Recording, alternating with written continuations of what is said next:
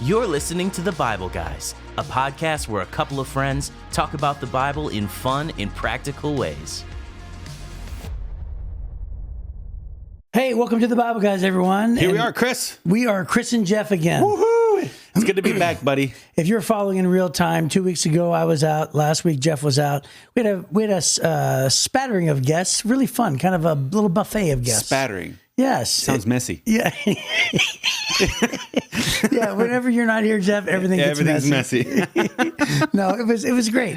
It was a lot of fun. But I'm sure that people who enjoy us together enjoy the fact that you're now back. Way better. And way I'm better. back. No. Our guests did a great job. So thank you. Thank you to all of them. They did a fantastic job. Yeah. In fact, it was very fun. I just listened to myself and Quinn this morning. Oh, good. Yeah. Well, I missed it, and I'm looking forward to being back in the studio with you, man. Getting this thing done. Yes. Knocking it out. Killing it. And today we are starting off with a riveting segment of dad joke competitions. Oh, I hadn't even seen that yet. Dad jokes. Yes. You haven't looked at it? I haven't looked at any single joke. Here we go. Okay. Okay. So you want me to start? Here we go. Sure. Okay. Hey, you hear that the Hulk has started recycling? No. He's really going green. Oh, no. That's terrible. No, I'm not laughing at that one. I'm not laughing either. Here's a good one. I recently took a poll and found that 100% of the people in the tent were angry when it collapsed.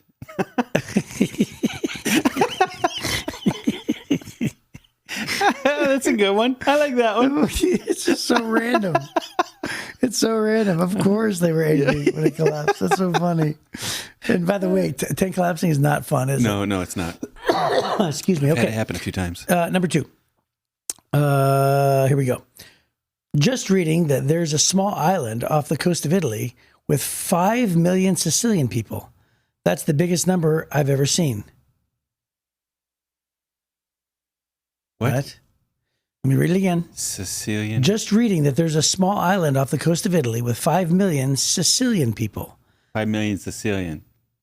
5 million Sicilian? That's the number. 5 million Sicilian. Oh, wow. That is... that was a rough one. That was a rough one. Listen, I'm going to go on record and say that's the roughest I've ever seen. That's the roughest. Because you're supposed to assume that million Sicilian is like a number, like a big number, million Sicilian. Oh my goodness, that is just. I think is that more than a gajillion? She might have Googled the worst jokes ever. Oh no. Something. Okay, wow, that was terrible. This one says, once my dog ate all the Scrabble tiles, and for days he kept leaving little messages around the house. Oh. Now that one's good. That one's good. I like that. That's a good one. I like that one. Okay, how about this one? What do you call a woman who lives at the top of a church tower? I don't know. Bell. Oh, yes. Oof. Okay. If I would have thought about that for half a second longer, as it was coming out of your mouth, I thought, Bell. Yeah. Okay. Let me see. Every morning after I get out of the house, a bike comes out of nowhere and runs me over. It's a vicious cycle. It's a vicious cycle. Every day. Okay, all right. Every day. Yeah, I get it. Okay. Okay. I like vicious cycle. Vicious cycle's a good one. All right. How about this one? A lumberjack went into a magic forest to cut a tree. Upon arrival, he started to swing at the tree when it shouted, "Wait, I'm a talking tree." The lumberjack grinned, "And you will die a log." Die a log. Oh, no. Nope. Yeah. Not laughing. Man, your whole set is rough today. Yeah, it's really rough. And you will die a log. Yes. I'm a talking tree. You would die a log. Okay. It's clever. It's clever as you read it. It is clever, but is it possible to reach too far? Perhaps. Yes. Perhaps. Yes. Today I learned that if you turn a canoe over, you can wear it as a hat because it's capsized. Now that's a clever one. That's really clever. I like that one. Yeah. It's capsized. So I got a tent one and a canoe one. This is right up my alley, man. Yes. Okay. Here we go. I took my dog to the lake yesterday and noticed he floats very well. He's a very good boy. Good boy. Oh my goodness gracious. He's a good buoy. He's a good buoy. That is so terrible. Oh, I think I liked your reaction better than the joke. Okay. I accidentally drank a bottle of invisible ink. Now I'm in the hospital waiting to be seen. Oh, no. Okay. So wow. Those were rough. That was really just I liked mine. I have 4 out of 5 were good. Yeah, I like 3 out of 4 for you. For 3 out of 5. 3 out of 5, yeah. Okay. Yeah, I like 0 out of 0 for me. Or 0 out of 5, I should say. I can't get the numbers right. Okay. Oh, goodness gracious. Well, hey, that is maybe an appropriate way to kick us off today. I don't know. You're back. I don't know. And big womp womps. Yes. So if you've been following along, we've been in the book of Job, which is, Job lived during the time of probably Abraham, Isaac, and Jacob, right in that time. And he's going through a rough time. And I think you guys to say the least. You guys already talked about his buddies, right? Yeah, we did last time. So we did 4 episodes of Job. This will be our 5th episode. Yeah. So his 3 buddies show up.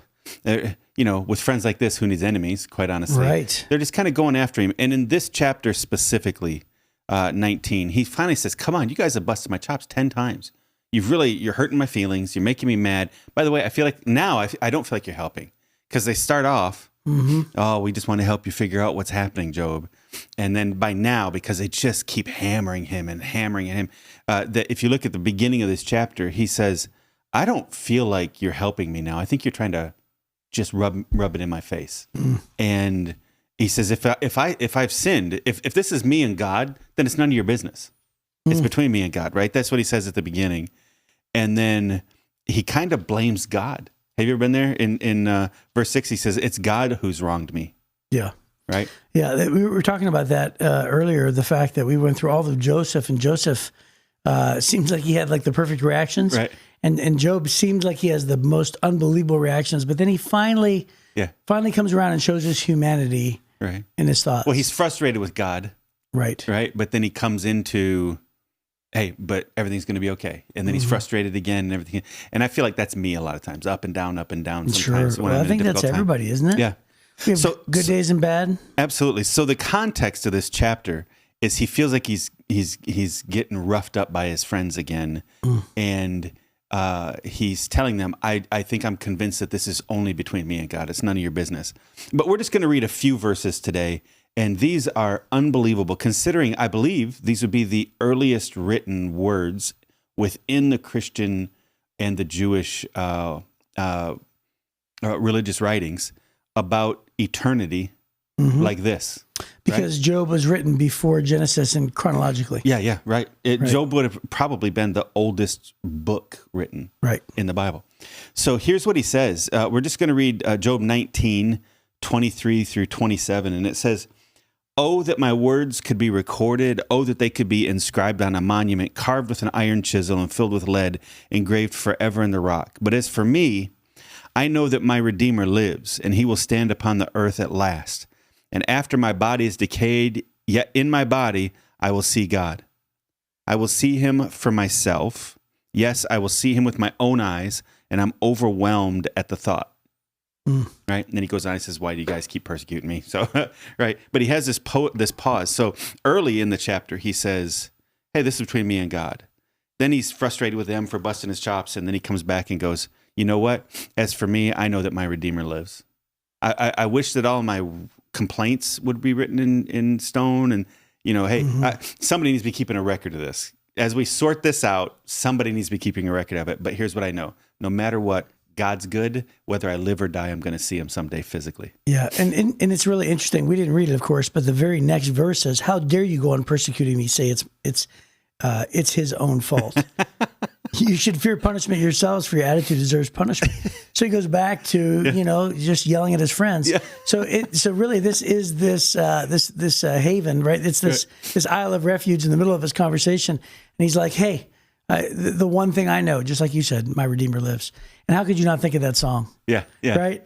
And by the way, that was her only hit. Yeah, it was a great song. I think it was. My Redeemer Lives. It was a really great song. When I listened to that, and it still plays. I mean, what it was, early 90s maybe? My daughter listens to it all the time. It's one of her favorite songs, yeah. And everybody waits for the fade out. Is that Natalie Grant? Yeah, I think so. Yeah. Right during the fade out of the song, when she says, I spoke to him this morning. Yeah. And everybody's like, yeah, that's right. I spoke to him this morning. He lives. Yeah. So if you don't know that song, look up Natalie Grant and My Redeemer Lives. That's great. That's good. Or Jason Crabb also did it. It was really good. Really? So, yeah. Really great. Can't remember. I can't imagine it being better than Natalie's version. Well, That's good. So anyways, I think that there's a lot in this really for a Christian in particular. The idea that, like we started off as we were just getting into this, we started off saying it's up and down, up and down, up and down. And even in this, he's frustrated. He's arguing with his buddies. And then he pauses and has this really brilliant moment of everything's going to be okay and God is my Redeemer, right?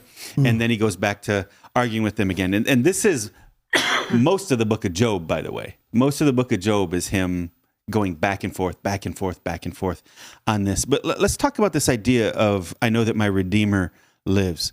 So the idea of a Redeemer, and here's a great note. By the way, we always love the Life Application Study Bibles. Here's a great note that starts it off. So let's start it this way. At the heart of the book of Job comes his ringing affirmation of confidence. I know that my Redeemer lives. In ancient Israel, a Redeemer was a family member who bought a slave's way to freedom or who took care of a widow. And remember that happened with Ruth, Ruth and Boaz. What tremendous faith Job had, especially since he was unaware of the conference between God and Satan. Job thought that God had brought all these disasters upon him, and faced with death and decay, Job still expected to see God, and he expected to do so in his body. When the book of Job was written, Israel did not have a well-developed doctrine of the resurrection. Although Job struggled with the idea that God was presently against him, he firmly believed that in the end, God would be on his side. And this belief was so strong that Job became one of the first to talk about the resurrection of the body. Isn't that amazing? Yes. So to think about, first of all, let's just talk about the fact that he was not privy to this private conversation between God and Satan. And he still believed God was good. Right. Well, I mean, with all the bad things happening in his life. Well, I mean, it just seems like moments after the tragedy struck, when he shaved his head, and he said, naked came out of my mother's womb, came out of my mother's womb, naked I'll return. And then he says, shall we not accept the bad along with the good? Yeah. Who says that? Yeah, exactly. Nobody says that. Exactly. Nobody. I'm talking literally not a person that I know. I mean, unless they're modeling it after him. I mean, he's the one who had the original thought. Yeah. Right. I mean, we can say it because Job set the bar. Right. Right. But man, I mean, just unbelievable. That's phenomenal to me, and I love his response. And it kind of, you're right, it does kind of prep us to think a different way. Every great idea is thought first by somebody. Right. Somebody has this great idea, and then suddenly we all begin to aspire to it or latch onto it and believe it. I think like Thomas Jefferson, not a perfect guy, but he's the one who told us all men are created equal. Right. And ever since, prior to that being written, it was talked about, chit-chat a little bit, but not like at the core of humanity believed. Yeah. And then now all of a sudden, he writes it and America begins to go in that direction. We haven't perfectly executed on that process, but we aspire to an idea because in 1776, some guy wrote it. Right. Well, it's not very far off from Job's original thoughts here when he said, oh, that my words would be recorded and that they would be inscribed on a monument, carved with an iron chisel, filled with lead. Hey, if you've ever walked around Washington, D.C., you see those words inscribed with That's chisels. Exactly what I was going for. That's exactly it. You're right. And so what happens is people have these big ideas and they'll chisel this idea into humanity's mind, and we think about those things and we aspire to them. And so when I read the book of Job, I'm inspired to face my trials like him. I'm also inspired by the fact that he was up and down, up and down, up and down, but he kept landing on the right solutions. Right. And he felt like he was blaming God. Through this whole book, he never understands what happens. Never understood what happened. Through the whole book, he just felt like God was hurting him on purpose. And he loved God anyways, and he trusted God anyways. But these phrases here just kind of make you think, man, I want to be that guy. I want to be a guy who just stands up, takes life as it comes, and says, God is still good. Yeah. Right? And it's because of Job. So do you remember when we were young, and this was, we were entering. No, I don't remember. Nope. Uh-oh, he's going to cough up a lung now. So when we were young and just entering into ministry, even before the internet, which is crazy to even say out loud. There's still clay tablets. And, I know, right? Carrier pigeons. Yeah. Well, there was, sometimes we would buy books that were helps for sermons. And there was a book that I had in youth ministry, and it was like illustrations in a can. You know what I mean? Yeah, I remember those. In other words, they're not our personal illustrations. They're just these, anonymous illustrations. And I remember one of them talked about a slave trader. Do you know this one? No. So just humor me for a minute here, because it was so powerful. Like I cried every time I spoke it or read it. But basically, this guy is walking along and he comes across a slave trader who's selling slaves publicly. And, one by one, they're getting auctioned off. And then there was this little girl, and she was, just this timid little thing. And there was other men around them, and they were bidding higher and higher. And then the illustration went on to say that these men were shouting, obscene things. And, they really were fighting for her. And it was just really descriptive. And you just sort of felt the evil in that moment. Yeah. And so then this man, he had a bag of gold for his trip, and he decides, instead of going in that moment, he decides he's not going to make the journey. He's not going to make this trade. He's not, this would have been all the money that he would have had, to prepare himself, but he decides in that moment to give up where he's going and give up his entire livelihood. And he decides to bid in this entire bag of gold. And so then he wins her. And so then basically he grabs her and starts walking up and down the street. And she's talking to him the whole time, yelling at him and saying, "You're disgusting. And I hate you," and all these different things. But he didn't say a word. And he's just walking up and down the street, and he's looking in the windows of this town. And come to find out, he's looking for some clerical thing. And then he goes inside, and she waits outside, and he comes back out, and she spits in his face and says, "I hate you. I will never serve you." And then he hands her a piece of paper and says, "You're free." Wow. And I get emotional talking about it, just because I remember the story, but it's also just the concept, right? Yeah, that's huge. And he says, "You're free." And he says, "Don't you see? You're free." And she says, "What trick is this?" And she, argues back and forth. And he said, No, you don't understand.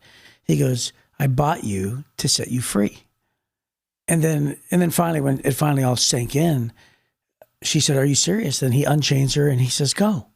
And then she starts to leave. And then he starts to go back home because he had given up his, all his livelihood. And then as he started going home, come to find out, she runs back and falls at his feet and says, "Where you go, I will go. I will serve you the rest of my life because you bought me to set me free." Wow. Well, that's what Jesus did, right? That's the whole role of a redeemer. Man, I'm just a baby, buddy. No, that's a great story.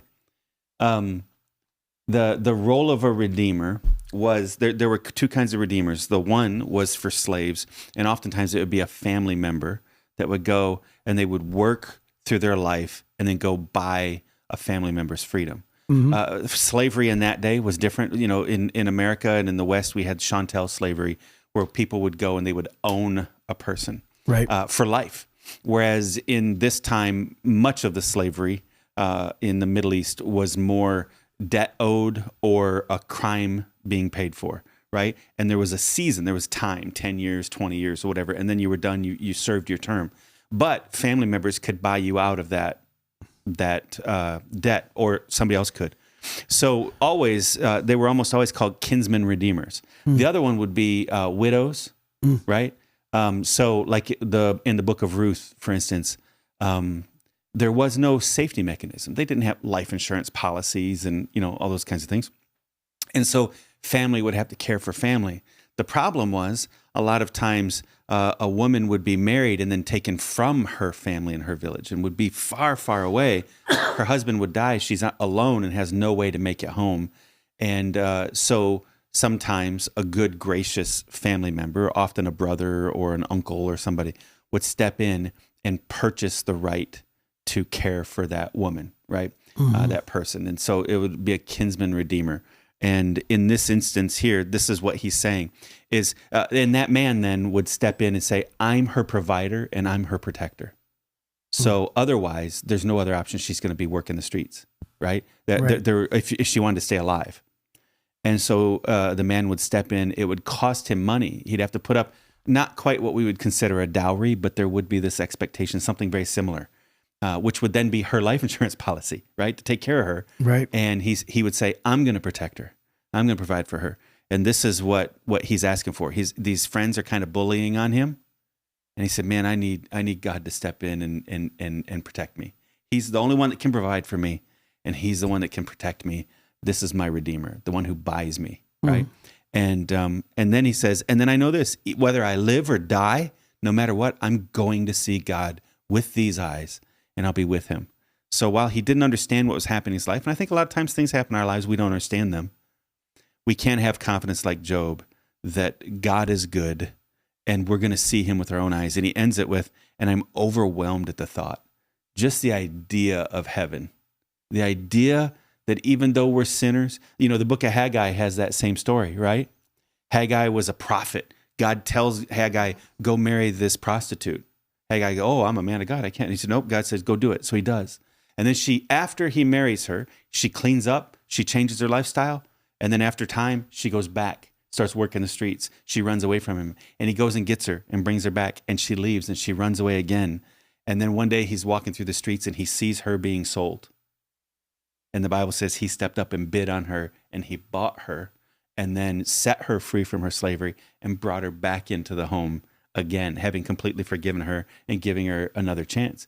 And this is the idea of that Redeemer that he's talking about here. And I think in the middle of all of his stress and all of his problems, this might be one of the most beautiful things he writes or says in all of this, as he's looking forward to the fact that God will provide. Jesus paid the price for you and me. Yeah, well, that's what's so great about, us living on the other side of the cross. We could look at a scripture like this and knowing that Job was looking, forward to the cross, right? So this is, when in the Bible, it says, I know that my Redeemer lives, capital R. So in either case, God, absorbs or takes away or, our sin. And, but when we look at it, we know that Jesus Christ, the price that he paid for us, was that God loved us so much that he sent his only son into the world, and Jesus died on a cross and paid the ultimate price for our sins. And so we have a debt that we could not pay, and it's literally impossible for us to pay it. And so we need someone to take care of that debt. And so that's why when Jesus comes in and pays the price, when I was in the youth group, we like as a kid back then, we used to sing like little choruses. And did you ever sing this one? He goes, he paid a debt. Yep. He did not owe. I owed a debt. I could not pay. I needed someone to wash my sins away. Yep. Okay. So anyway, that's what it is. So he's capital R Redeemer. Yeah. And it's a beautiful thing to know that in spite of all of these things, he has paid the price for us. Yep. So whenever we talk about fairness, I love Andy Stanley, how he always says. I've heard him say it like 3 times at leadership conferences. He said, fairness ended in the garden. That's right. Fairness ended in the Garden of Eden. Yeah.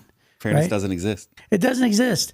And God is always incredibly unfair to our favor. But when it comes to, thinking about hardships that we go through, our lot in life, living under a broken and messed up world, we try to say, oh, this isn't fair. And look what they have. And why do I have to go through this? And again, those are legitimate feelings. Those are legitimate things, depending on what we're, upset about.